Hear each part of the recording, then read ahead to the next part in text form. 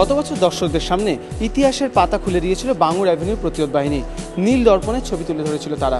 আর এবছর অনন্তের সন্ধানে ব্রতী হয়েছে বাঙুর অ্যাভিনিউ প্রতিরোধ বাহিনী।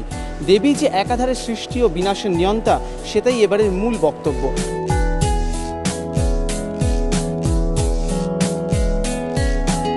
এবছর আমরা চলেছি মা তুমিই অনন্ত তুমিই দিগন্ত, অর্থাৎ মাতৃরূপকে কল্পনা করেছি মা সব কিছুর সৃষ্টিকর্তা, সেমনি কালচক্রের মাধ্যমে সব কিছুরও শেষ আছে, সেটা আমরা দেখাতে চাইছি।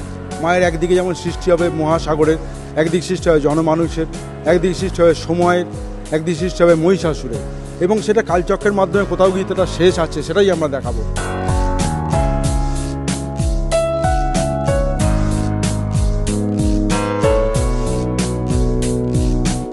এক হাতে দেবী সৃষ্টি করেন, অন্য হাতে বিনাশ।